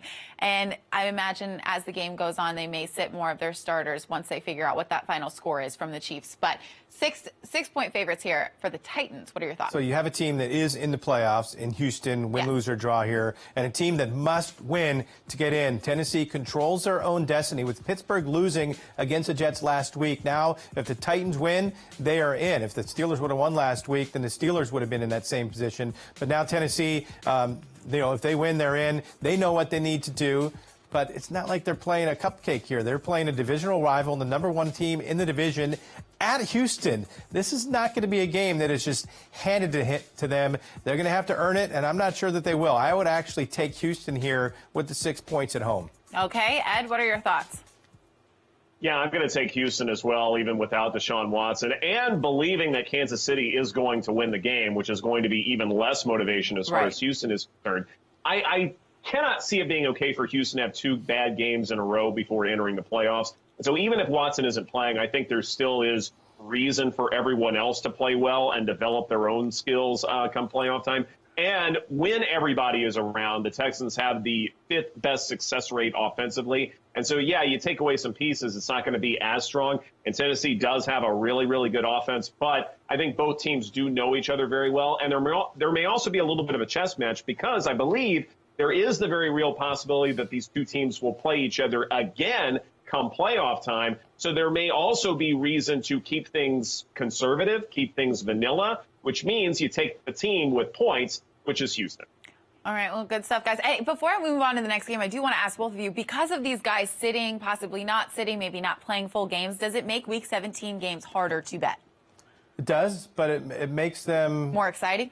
Well, to me, if you know what's going to go on, you kind of have to anticipate what's going to happen, then you have the edge. You're not totally guessing. We know what's happened already during the 1 p.m. Eastern games, right? And that's going to give us a better feel of what's going to need to happen here. One thing that I can tell you about when these two teams played earlier in the season, nothing was happening in the first half. It was a very back and forth type of game, and then all the points came and exploded in the second half. So maybe look at that first half total and play under, thinking that it's going to be kind of a back and forth type of game, and then the scoring's going to pick up as the game goes along. All right, well, let's move on now to another team that's sort of controlling their own destiny in a way, because if the Titans lose and the Steelers win, they will be in the playoffs, and the Steelers play the Ravens, who are going to sit all their major players. The Ravens are. And the Ravens, or the Steelers, excuse me, are favored in this one by 1. Very, very close spread. Ed, what are your thoughts on this one? Well, it's something we talked about in the first hour. I think in-game betting is going to be absolutely critical in a game like this. First off, the Ravens will have Robert Griffin III starting at quarterback. And that's really important because when you look at his total QBR, and he's played a good bit this year because the Ravens have had some blowouts. When you look at his total QBR for the entire year, it's at 69. And when you include qualifying quarterbacks, that's 6th best in all of football. Robert Griffin III still has some talent left in him. And so to me, this is an approach where I like the Ravens in the early going, but once Trace McSorley enters this football game, then the Ravens are going to keep things vanilla. They're going to keep things conservative. And that's when Pittsburgh may have a chance to win this football game outright. Steeler defense, especially as great as it's been once they picked up Minkah Fitzpatrick, they may also shine once McSorley comes into the football game. And so I do believe that the Steelers can cover that. Dave is a Steelers fan, at least grew up as one, still is, follows them. But what do you think is going to happen here with your team? They need to win. They need to win with defense because honestly, the Baltimore second stringers might be better than the Steelers starters on offense. But once you get through Mark Ingram and Gus Edwards, and you start bringing in some third and fourth string running backs, once you get past Lamar Jackson, who's not starting, and RG3, and you bring in your third string quarterback and Trace McSorley, now the Steelers get their edge in the second half. But their defense has still been great all year long, talking about the Pittsburgh Steelers. So they need to win this game 17-6, 13-3. You know, this isn't going to be a high-scoring game by any means. It's been ugly. The Steelers' wins have been ugly, and they're going to probably eke out an ugly win here as well. All right, let's move on now to the Colts-Jaguars game. The Colts are favored in this one by 6. It was at 6.5. It's moved now to 6. Leonard Fournette is not going to be playing in this game. He has the flu. Gardner Minshew is experiencing a little bit of soreness in his shoulder, so it may be Nick Foles' show. Do you think the Colts can cover this line, Dave? I do. I think they will. I remember when they played in Indianapolis, and the Indianapolis Colts were absolutely throwing Jacksonville linemen, both offensively and defensively, all over the field. They just outmanned them, they out-physicaled them, they outpowered them, and I think they'll do the same thing here. And since that game, this is about maybe 6 weeks ago or so. Jacksonville's only got worse. They have absolutely just tailspun here the second half of the season, have nothing to play for. Indy does have something to play for, and that is to get to that 500 record and kind of salvage their season some. It's been tumultuous. I mean, we had Andrew Luck that was supposed to be starting this season just a couple of weeks into the preseason, announces his retirement, and then they still, even with Jacoby Brissett, start the season 5-2 and have a good chance to make the playoffs, and then they went out of control and went in the wrong direction. But with the win here, they're back to 500, and they can put 2019 behind them and move on to next year and then try to rebuild a way to get into the playoffs. But I think Indianapolis takes care of business here. Ed, do you agree? Do you think Indy takes care of business and covers this 6-point spread here? It's funny because there are a lot of things Dave is saying that I agree with, except the spread. I think Jacksonville can cover here. I know they've had to come out with reports that Doug Marrone, he may not be fired. Those reports are inaccurate that he's going to be fired after this game. I don't know what's going on there. It does look a little bit discombobulated. I understand that. But when you look at Indianapolis, I think in large part the reason why things fell out after that 5-2 start is because of the injuries. Yeah, the offensive line has been intact for the Colts, and that's been outstanding. But they've had to deal with injuries, early retirement at the quarterback position, and eventually it was just too much for Frank Reich to handle. Even someone who I think is one of the great coaches in the NFL right now, this was just too much. We talked about T.Y. Hilton on-off splits pretty much the entire year, and to me, this is just no different. I just don't know how Indianapolis offensively can continue to do a number of different things when all they need to do, or what all they can do really, is run the football. So I think Jacksonville just has a few more weapons to keep this interesting. Coaches always tell you, just pay attention to your deal. Just get your job done and don't pay attention to what else is going on in the league. But I have a hard press to imagine that Gruden is not paying attention to what is happening across the rest of the league, because the Raiders do have a very slim chance of making the playoffs. And the Colts actually have to win in order for that to start to take place and go into motion here. But the Raiders are actually dogs here in this one. Denver favored by 3.5. Dave, what are your thoughts on this? Well, Derek Carr does not have a very good record overall in cold weather games, and the Raiders had those two very good opportunities at home against Tennessee and against Jacksonville to win some games a few weeks back and put themselves in a better chance of making the playoffs. Failed to get it done at home. And I don't know how they're going to get it done going into Denver and playing the team that's really perked up the last 4 or 5 weeks since the rookie Drew Lock has taken over at quarterback. Denver has started to win some games, and I think they'll win this one, too. I think it's a tough spot for the Raiders. Ed, what are your thoughts? Yeah, I love Denver in this spot. No Josh Jacobs for Oakland, and normally I don't necessarily care about who the running back is because they're all pretty good. But I think that does matter because it might mean Derek Carr having to throw the ball a little bit more, which could lead to more turnover-worthy throws. So this Denver defense may feast a little bit. I think one of the reasons why Drew Lock has developed so well in such a short period of time for Denver, aside from being just a naturally gifted quarterback, is having Cortland Sutton there. He's been a monster receiver for them, and I think he will have a monster game once again. Locke has that amazing performance against Houston on his resume. He is capable of being a great quarterback, especially if he's at home. I think that's a real important difference here, so I expect him to come. All right, guys, I want to move on now to the Green Bay Packers at the Detroit Lions, because the Packers are treating this game like a playoff game, because if they win it, they will clinch and have a bye in the first round for Matt LaFleur. Yep, you heard me, Ed. Matt LaFleur and their rolling Packers. The line here is at 12.5, and because you gave so much hate to Aaron Rodgers and Matt LaFleur, I'm coming to you first. Well, look at the matchup here. I mean, I'm not changing my tune on Aaron Rodgers and Matt LaFleur. I'm just looking at them playing a third-string quarterback, and I know what the obvious play here is. Aaron Jones, fifth best in terms of broken tackles, and so he should be able to perform well against a defense that has done very poorly against containing running backs. And then for David Blau, I mean, just too many question marks there. And, it's too bad for the young man because, you would hope that he would have better opportunities in the NFL. But, I mean, he takes a lot of sacks. He has a lot of turnover-worthy throws, and especially against a pass defense that is pretty good in terms of success rate for the Packers.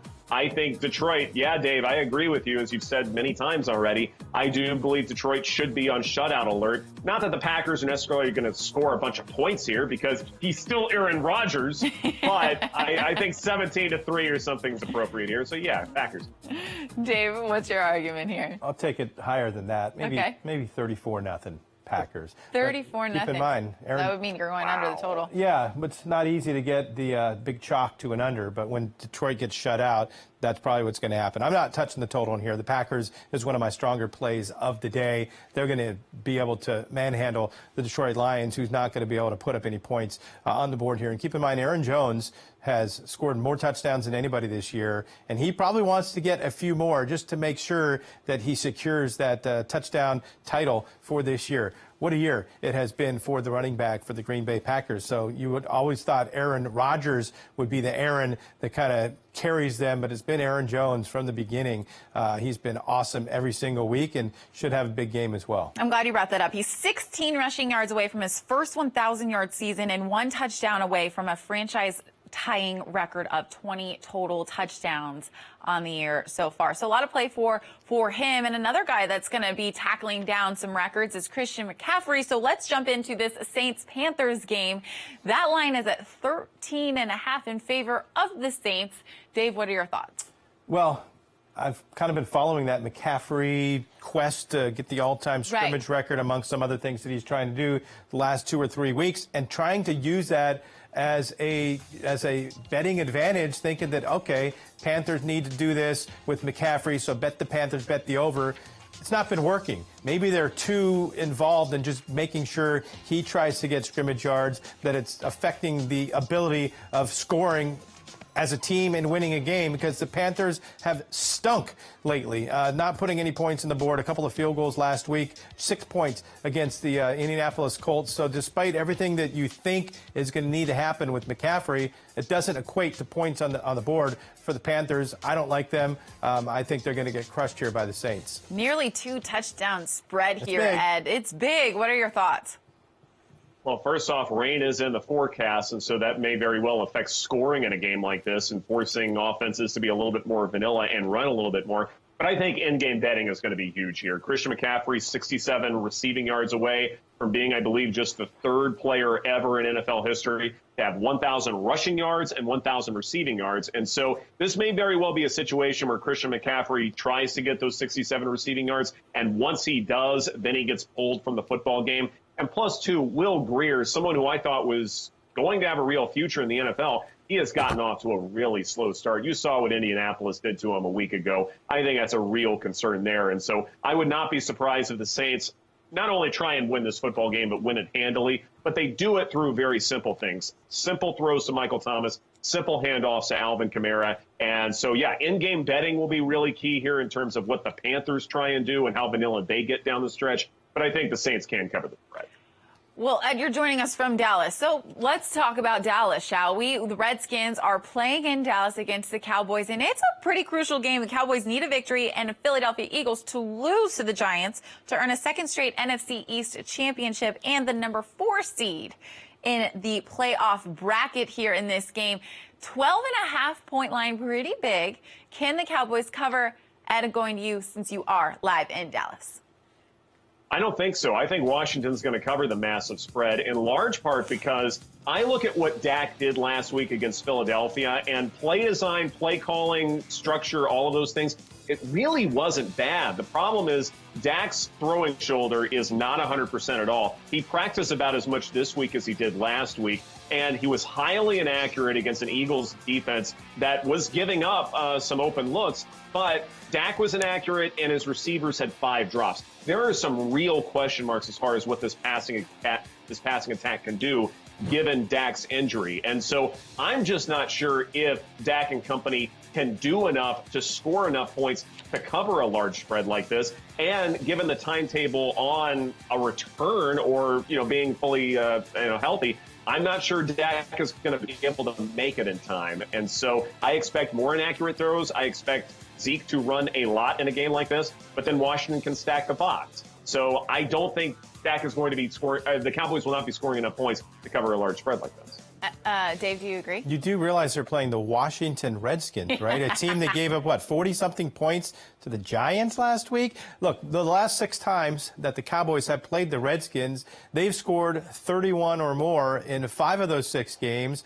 They're going to put tons of points on the board here, and Washington is not going to be able to put points on the board because their leading receiver, Terry McLaurin, is out. Their leading running back, Adrian Peterson, is old, and it's week 17, and his legs are tired. And their quarterback is Case Keenum. So they're going to put up maybe 3 to 13 points, and Dallas is going to put up 31 to 40 points. Do the math. It's an easy cover for the Cowboys. Man, you are drinking the haterade. I'll always stick up for Case Keenum. Okay, guys, let's move on now and talk Eagles at Giants, because although the Eagles are very, very banged up, they have got to win this game to make the playoffs. And the Giants just haven't beat a team yet with a winning record. So this is also just kind of a moral victory if they can get it done. So, Dave, when you take a look at this spread, the Eagles are favored by 3.5 points on the road. What are your thoughts? They barely beat the Giants at home a couple of weeks ago, and they needed a last-second play to do that after Eli Manning and the Giants jumped out to a big lead. Now it'll be Daniel Jones and the New York Giants jumping out to a big lead, and the Philadelphia Eagles will not recover on the road. I think the Giants win this game. You know, Philadelphia has had so many chances this year to beat some bad teams and have lost a lot of games as big favorites, and they're not even a big favorite here. They're a small favorite at -3.5. I think they lose outright. I like the Giants. Ed, what are your thoughts here? Do you like the Giants in this spot? Yeah, I really do. I look at this Philadelphia passing attack, and I wonder who's going to be carrying things aside from Dallas Goedert. If Zach Ertz is unavailable, keep in mind, the Eagles run a lot of 2 tight end personnel, I think more than anyone else in the National Football League. So you take away the guy with the highest target share in this passing attack, and then what are you going to do? Who else are you going to be able to throw it to? Practice squad guys? Eventually, that's going to catch up to you, even against a Giants defense that has not done very well against the pass. More than 80% of the target share for Philadelphia is not playing in this game, even as Jordan Howard returns to the lineup. So now your basic prime targets are running backs. That bodes really poorly for your offense. I think the Giants have a real opportunity here. What about at 45.5, that total? Would you go over or under that? Way under. Way under? Really? So many. Danny Way Dimes? under, yeah. A Not lot of throwing enough of turnover-worthy them, throws for Daniel Jones. There's a reason why. Yes, Daniel Jones, he throws picks, incompletions. Daniel Jones, I don't think he's going to be able to move the ball very, very well, even despite having some great playmakers. Plus, they may try and run the ball a lot with Saquon Barkley, who had a monster performance last week. And then with Philadelphia, I detailed the problems there with that passing attack. Way under. Way under. You think way under, or you think he's way off? No, I'm not touching the total. I'm going to play the Not Giants touching it. on the money line at the +166. I could see it being a high-scoring game with the Giants getting a lot of points like they did last week. So I'm not in love as much as he is with the under. Dave, this game is at the Meadowlands, right across the street from the FanDuel Sportsbook. Hey, I was just in case there. you guys didn't know, yeah, he was there last weekend and went to the game there. So can you tell me about what that experience is like? Oh, it's unbelievable. So MetLife and the FanDuel Sportsbook are located one building across from each other. You have the Meadowlands Racetrack, which is where the FanDuel Sportsbook is, and you have MetLife Stadium, which are in the same parking lot. So if you want to go back and forth between the stadium and the Sportsbook, FanDuel provides a shuttle to do that, picks you right up in front of the Sportsbook, takes you over to the gates, brings you back if you want to come back after the game.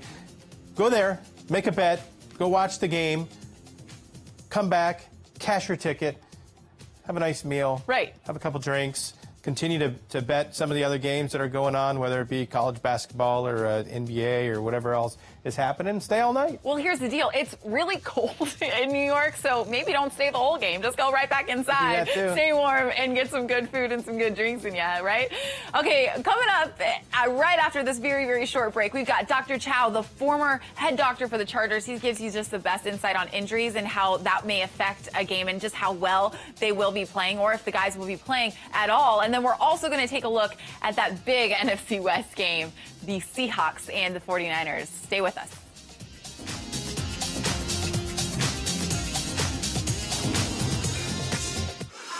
They say less is more, but we believe more is more. That's why we built FanDuel Sportsbook with more. More ways to bet. More ways to fund your account. more ways to cash in, and more ways to cash out, with payouts delivered straight to your bank account in as little as 48 hours. You want more? You got it. Join today and get a risk-free bet worth up to $500. FanDuel Sportsbook. More ways to win. More ways fans you need to know about the new and improved Watch TVG app, where you can stay connected to key betting info and watch all our great TVG racing. It's available on Apple TV, Roku, and Amazon Fire and Fire Stick. TVG account holders simply go to your connected device and download the app. Folks interested in sports betting can access the FanDuel odds feed that shows betting lines from all the major pro and college sports. Racing fans can see every TVG and TVG2 race on separate channels, or a third racing option, the TVG Racebook, that displays both networks on top of 3 track feeds. Another option, Racing Now, allows you to watch select tracks full screen. Finally, we have TVG's Content Marketplace, where you can see races and interviews and stories you missed along the way, with more ways to win clips and handicapping segments. Everything you need in one place, the Watch TVG app. Download it today. TVG Thursday. The Dubai World Cup Carnival kicks off the meet, featuring the Group 3 Dubai Stakes, plus other great races. Brought to you by Al Basti Aquaworld Dubai. Thursday morning. Made-on coverage begins 9:30 Eastern, 6:30 Pacific. CashNetUSA.com, man. I help when money's tight. If approved, you may get the money you need as soon as tomorrow. Ha! Ha! Apply now at CashNetUSA.com. Money's on the way with CashNet USA. Welcome back to More Ways to Win. Danny Klebinger here with Dave Weaver. We've also got Edward Egros joining us live from Dallas. What's up? Oh, he just appeared like that. It was like I had a magic trick. And you know what? This game that I'm about to talk to you guys about is the one that I'm most looking forward to. NFC West game, 49ers and the Seahawks. It determines who's going to clinch the NFC West and potentially have home field advantage throughout the playoffs, especially if you're the 49ers here. And they're favored by 3 on the road in Seattle. Dave, what are your thoughts? Well, there's one thing when it's a playoff game that or a regular season game, if you win, you're in the playoffs, and you lose, you're out. At least both these teams have that safety net that even if you play hard and you lose, you're still making the postseason. I think that's good for Seattle because they're at home, they're getting the 3, and they know that they've already beaten San Francisco before in San Francisco. Clearly, they don't have Chris Carson here, and they're going to have to win without their star running back. But I think they can get that done at home with their defense and be able to hold the 49ers to maybe between 17 and 20 points and eke out a 23-20 victory. I like them on the money line, plus 152. That's the line that I'm looking at there. I don't know if you heard, but Beast Mode's back into Seattle. And Beast Mode, but when's the last time he played a game? I know, guys. I just had to throw it out there. Ed, what are your thoughts? Popping some Skittles now for that one. That's just lovely. Look, in last week's that stunning loss for Seattle against Arizona that nobody saw coming, and I mean nobody picked Arizona. I'm kidding, Dave. Russell Wilson ranked 4th from the bottom. Hey, right. Russell Wilson ranked 4th from the bottom in that game in total QBR among all quarterbacks that week. 2 weeks ago in that loss to the Rams, he was 14th from the bottom on the total QBR list. And it's a great example when it comes to volatility when pressured. Russell Wilson has bailed out the Seahawks frequently throughout this season. There's not a whole lot of talent and not a whole lot of optimism outside of Russell Wilson for this entire football team. And now we're starting to see Russell Wilson slow down a little bit, where regression to the mean is real possible. And so because of that, and given that the Niners do generate a lot of pressure, 4th highest pressure percentage in all of football, I think Russell Wilson may experience some real problems. So I'm going to take the Niners. Well, Dave has been saying that Russell Wilson's going to have to put the team on his back. And I don't know if you could see this during commercial break, but Dave did 10 push-ups here and started asking for people to sit on his back because he was just showing off. Bring it on. I mean, if you see any glisten on his forehead, it's because he was definitely sweating from doing that. But, guys, I want to talk a couple prop bets for this game. Okay. And we're going to start with Jimmy Garoppolo, okay? 1.5 passing touchdowns for Jimmy G. Over or under? The over is minus 118. The under is minus 108. Ed, starting with you. I'm going to take the over here. When you look at the matchup between the Seahawks and Niners from the last meeting, George Kittle wasn't playing. Emmanuel Sanders was hurt during that contest. Deebo Samuel, a rookie, so he was developing. Now he's getting those guys back for this game, and so I think there's added motivation for them to perform well. And George Kittle is a humongous difference maker. I would not be surprised if he's the one who has multiple touchdowns here. So I'm going to take the over. Dave, what are your thoughts? I think the Seattle defense is going to have to show up today. I have San Francisco scoring 2 touchdowns in this game and a couple of field goals to get to 20 points. But I have at least one of those touchdowns coming on the ground, if not both. So I'm going to take the under. Okay, I want to move on now to George Kittle. 70.5 receiving yards, over -112. Under is also -112. Dave? Well, he's just an unbelievable guy to get the ball and knock some people over and get some yards after catch and push people down. So I do think he'll get his yards here. I'm going to take the over, but hopefully they are plays that do not result in touchdowns because I like Seattle. But I'm going to give him his credit. I think he'll definitely hit that number. Very talented player, that's for sure. So Dave is going over. Ed, what about you? 70.5 receiving yards for Kittle. I'm taking the over as well. I think he's going to get it with only a handful of receptions. I think Jimmy G will try and distribute the football a good bit, even though George Kittle is one of the elite tight ends in the National Football League. But I think chunk plays are going to be what's do it. And like I said before, it is entirely possible that he's going to find the end zone multiple times, and he's going to do that through chunk plays. I think in the red zone, they will try and run a little bit more, but I would not be surprised if outside the 30, outside the 40-yard line, that George Kittle gets some yards after catch. Yak. I love you. All right, well, let's do one more, shall we? Russell Wilson, over under 21.5 completions for the Seahawks quarterback. Dave, starting with you. I think he's going to hit that number. He knows he's really not got anybody to hand the ball off to. He's going to have to look for some routes to Metcalf and Lockett that are going to kind of emulate the running game. Maybe some, short routes that build that number early on, get to 14, 15 completions by halftime, and he's home free. Ed? I'm going to take the under here, only slightly under. He'll probably get to say maybe 20 or 19. It's not so much that he may try and throw underneath, try and get to that number, but I think we're going to see more designed quarterback runs for Russell Wilson, and I think that's going to be the approach in this game.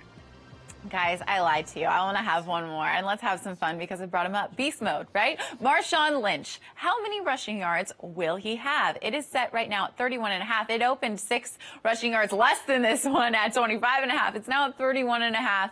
Ed, coming to you.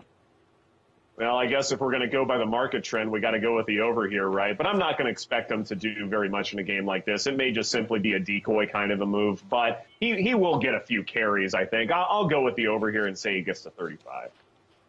It's such a tricky one because is he going to get 2 carries? Is he going to get 15 carries? He's not played in so long, but I don't think they would have signed him if they didn't think that he could carry the load here. I think he's going to run a few of those San Francisco defensive players over for a few extra yards and end up hitting that number. Give me the over. When you're taking a look at all the different prop bets that come up on these types of games, guys, what are ones that stand out to you? Is it player props like this, or are you looking more at, will teams make the playoffs, or are you looking more at who's going to win divisions? Which ones stand out to you? Do you like player props, Dave? I love player props, and there are about 100 that you can find on every single game. So they're going to have receiving yards. They're going to have rushing attempts. There are even defensive player props. Tackles. Will a certain guy get an interception? If you go to sportsbook.fanduel.com and you click on all of the player props available, you'll be amazed at how many different opportunities you'll have to bet on a game. Things that you didn't even think were there actually exist. It's very fun to check out everything available, and you might find a bet that you didn't even know you could make and make some money on it. Ed, what props stand out to you? I always like to see who's going to score a touchdown in large part because I think we always think of the notable players, say like the Atlanta offense, for instance, with Julio Jones. But there's always that third, fourth guy, or even like with the Saints and Taysom Hill, for instance. There's always that guy that people forget about. And if you do the proper research, especially in red zone situations, there's always that guy that almost no one else has heard of. But if you've done the research and you are aware of his existence, then you may get a better payout because of it. Well, those are some great ideas, guys. And that's why you can have so much fun with the FanDuel Sportsbook, all those different types of prop bets. So I'm actually going to hit you with another one here, and I want to talk some NFC futures, okay? Because the 49ers are favored, plus 180. You see the Saints at plus 220. Packers, Seahawks, and Eagles also rounding out that list. Dave, would you stay on the board here? Yes, I like the Packers. I think with the win, they're going to be able to get that first round bye, and they're going to be end up hosting. They're probably going to end up with the number 2 seed. So at one point, they might end up having to go on the road either to New Orleans or to San Francisco if that's the case. But I think the Packers' defense is what's going to carry them into the Super Bowl. Ed? Why do you keep the Cowboys out of the board, guys? Come on, this is all a chance to make that's where you're playoffs. going with? Come on, guys. No. I'm going with the Saints here. I'm going with the Saints. Look, here's the thing. The Saints may get that first-round bye, so that's going to be super important. You really need a first-round bye to make the Super Bowl in this day and age. But also, too, Saints play the 49ers in a very, very close game. So if you bounce one way, maybe it bounces the other way. So I think the Saints make a lot of sense here. Okay, let's move on to the AFC Championship winner, shall we? Ravens are the favorite, -110. Followed by the Patriots, Chiefs, Texans, Bills. Some really good football programs up on that list. Ed, I'm coming back to you. Well, I've been riding with the Ravens, rather. They're my ride or die, so let's continue with the Ravens. I mean, keep in mind, the Ravens are one of the more analytically driven franchises in all of football, and you're noticing this in terms of what they've done with Lamar Jackson. And not a whole lot of skill players, but my goodness, this offense is clicking at a high rate. So, love Baltimore. Okay, Dave? Well, I mean, the Bills have really surprised me. I gave them no credit most of the year, and that's a number right there that with their defense and Josh Allen's ability to run, they might be able to pull off a couple of road wins 25-1 and sneak in. But the Chiefs are the team that I think a lot of people are afraid of right now. They were a little bit rocky in midseason, but they're starting to find their form again. And as Ed pointed out earlier, their defense compared to last year has really come around, and with their offense and the defense playing as good as it is, watch out for Kansas City. So Dave's saying keep an eye at the Bills at 25-1, but he's going to go with the Chiefs that are plus 400, and then Ed is going with the favorite, the Ravens. Well, the Ravens are also the favorite to win the Super Bowl. So here's another futures one for you. Ravens, Patriots, Chiefs, Texans even on the board there. Dave, what are your thoughts? Well, Packers in the NFC, Chiefs in the AFC. Another fun bet, sportsbook.fanduel.com. You can predict the exact result, so you can get massive odds by saying that the Packers are going to beat the Chiefs in the Super Bowl, or as I like to call it, the ice-cold exacta. We're saying who's going to win, boom, 1-2. So I'm going to say Packers over Chiefs in this year's Super Bowl. I love it. Ed, what are your thoughts? Packers over Chiefs. I like that one. But when you have Tom Brady and Bill Belichick in the playoffs with that kind of defense and Tom Brady playing at his age, it's still hard not to go with the Patriots. And at plus 600, this may be the best value that you're going to get out of New England. And so I think they make a lot of sense here. But again, the Ravens are a favorite for a reason. And yeah, it's not the greatest of payouts, but I still like what Baltimore is doing. Great stuff. Well, if you want to get in on this action, all you got to do is download the free FanDuel Sportsbook app. And you can do it literally from sitting on your couch right in front of your TV as you watch us, right? Just pull up that app, download the app, sign up for an account with the promo code MOREWAYS25. And get this, you'll get a risk-free bet up to $500 in site credit. Plus, we'll give you a free $25 bet. Just use the promo code MOREWAYS25. Use our experts' information and make some money. Download it now. We are going to take a very quick break, but when we come back, a bunch more games on the slate to talk about. How many push-ups do you want this break? 15? How many push-ups? I hope they're all paying attention in the little box. 15. Give 15? It. Yeah, 15. Okay. This is some, commercial break experience right here. Stay with us.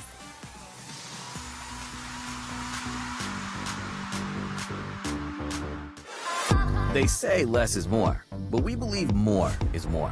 That's why we built FanDuel Sportsbook with more ways to bet, more ways to fund your account, more ways to cash in, and more ways to cash out, with payouts delivered straight to your bank account in as little as 48 hours.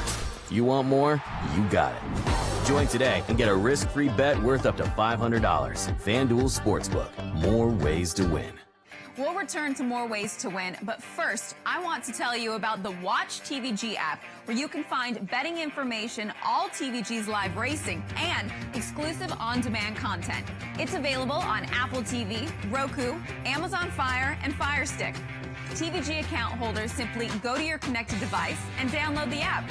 Once there, you can go to the FanDuel odds feed for pro and college betting lines. Racing fans can catch every race in high definition on channels dedicated to TVG and TVG2. Or you can choose the TVG Racebook.